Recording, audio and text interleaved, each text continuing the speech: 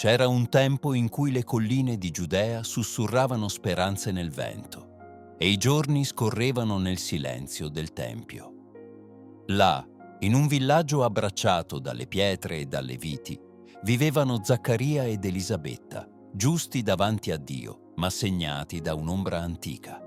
Non avevano figli e la loro vecchiaia pareva ormai suggellare il sogno infranto della generazione. Ma il cielo, quando tace, non dorme. Un giorno, nel cuore profondo del Tempio, mentre il profumo dell'incenso saliva a Dio, l'angelo apparve a Zaccaria come una fiamma nel buio. Non fu visione, ma squarcio. La tua preghiera è stata esaudita. Tua moglie Elisabetta ti darà un figlio e lo chiamerai Giovanni.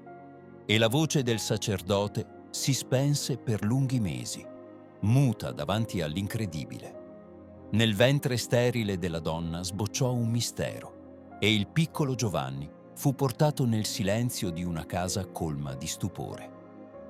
Quando Maria, la giovane parente di Elisabetta, venne a trovarla con il Cristo ancora invisibile nel suo grembo, il bimbo saltò di gioia nel ventre della madre, come se già riconoscesse la luce che stava venendo nel mondo. Fu il primo annuncio, il primo tremore.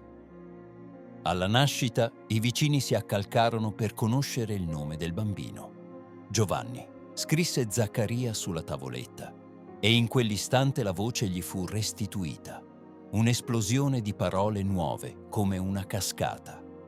Tutto Israele udì parlare di quel bambino nato da grembo sterile e benedetto dal cielo, e molti si domandavano: che sarà mai questo fanciullo? Giovanni cresceva come un germoglio d'ulivo nella terra promessa, ma il suo cuore era attirato dal deserto e non dalle piazze. I suoi occhi cercavano il volto del Padre, non il clamore degli uomini. Il silenzio divenne la sua scuola, la sabbia il suo libro, e la voce di Dio la sua unica guida. Con i piedi nudi e il corpo avvolto in pelli grezze, scelse la solitudine come patria e il fiume Giordano come altare. Mangiava locuste e miele selvatico, dormiva sotto le stelle e ascoltava il battito del cielo, gli alberi, il vento, la notte. Tutto era parola per lui. Così nacque il profeta che sarebbe stato chiamato il più grande tra i nati di donna. Non nel palazzo, non nella sinagoga, ma nell'arsura del deserto, dove Dio si mostra a chi ha sete di verità.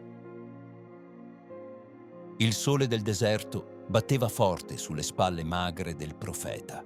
Le sue parole, roventi come la terra su cui camminava, tagliavano l'aria come spade. Convertitevi, preparate la via del Signore. Non era un predicatore cortese, ma una voce che bruciava, un richiamo, un grido. A poco, dalle città e dai villaggi, iniziarono ad arrivare in molti, alcuni per curiosità, altri per speranza, altri ancora per timore. Venivano da Gerusalemme, da Galilea, da ogni angolo della Giudea, uomini, donne, soldati, farisei, pubblicani. Tutti volevano ascoltare quell'uomo che parlava come un fuoco antico. Non chiedeva offerte, non dispensava miracoli, ma esigeva cuore. Li immergeva nelle acque del Giordano, come in un nuovo grembo, chiedendo che ne uscissero nuovi, spogliati dai peccati, pronti ad accogliere il Messia. Ma lui non era la luce, era la voce che la preparava.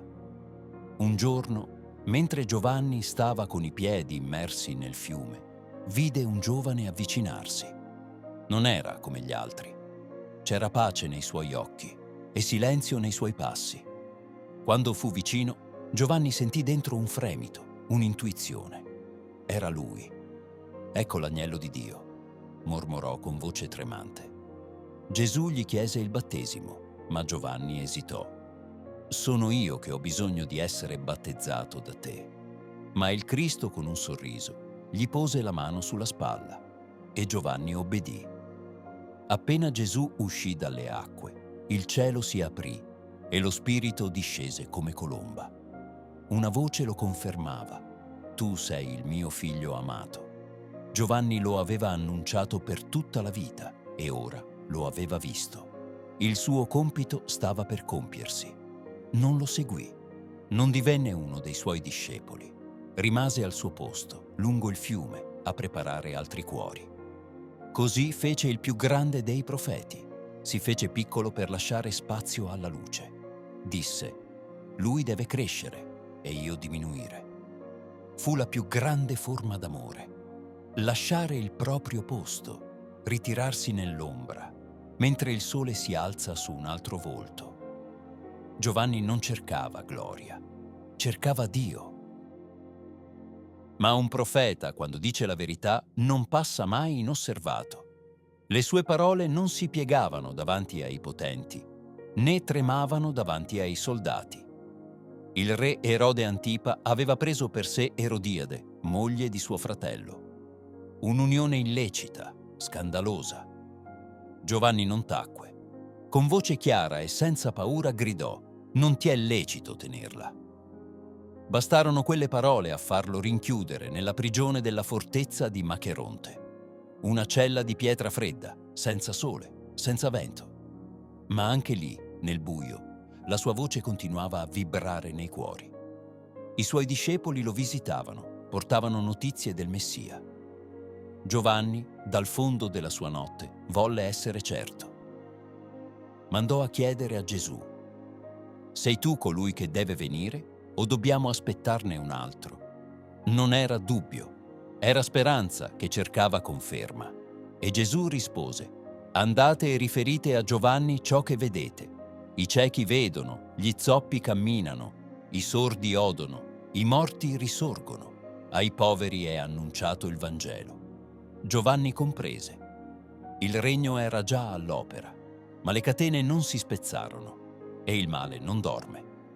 Durante una festa, Salomè, figlia di Erodiade, danzò davanti al re. La sua bellezza fu come veleno dolce. Erode, ubriaco di desiderio e vino, le giurò ogni cosa. La giovane, istigata dalla madre, chiese la testa di Giovanni. Nel silenzio della notte il boia scese nella cella.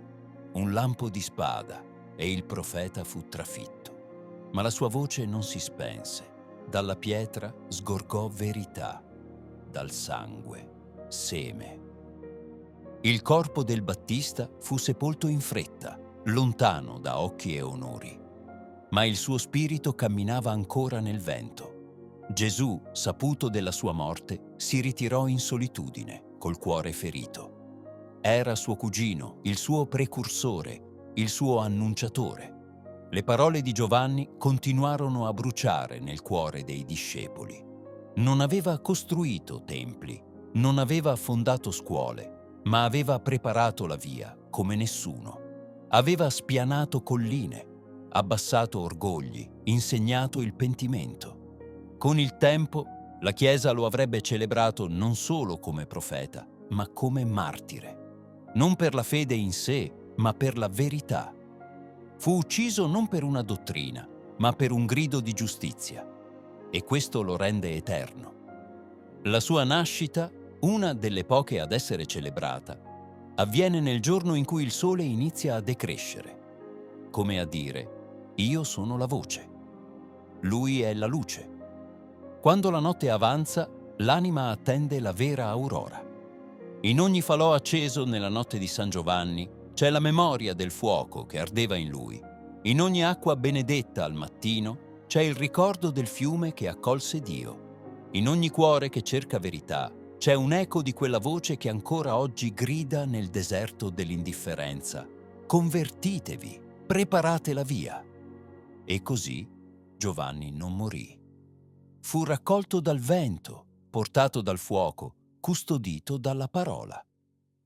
Vive in ogni gesto che rifiuta la menzogna, in ogni anima che si spoglia per rivestirsi di cielo.